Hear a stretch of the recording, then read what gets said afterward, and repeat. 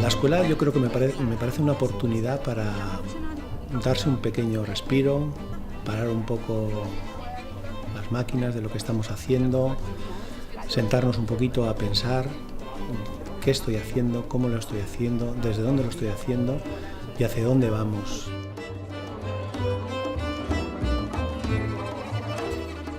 Quizás eliminar algunas estructuras fijas, tanto dentro de nuestro servicio como en cada uno de nosotros, para poder estar abiertos a poder desaprender y volver otra vez a trabajar quizás pues con otro tinte un poquito más diferente, ¿no?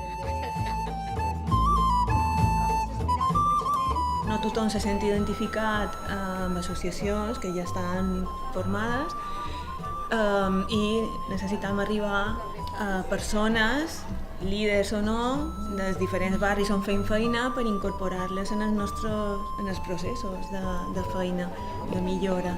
Hi ha serveis, hi ha entitats i en alguns llocs sí que hi ha persones, però és un repte i aquí ha quedat bastant en evidència que hem de comptar amb elles, s'ha de comptar amb elles.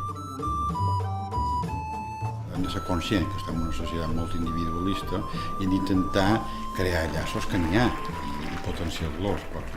Crec que en aquest sentit l'escola sí que torna a potenciar, recuperar aquests llaços i crear espais. El nostre repte serà crear espais de trobada allà on la gent pugui fer llaços i vincles dins la comunitat o dins d'espais d'atenció individual.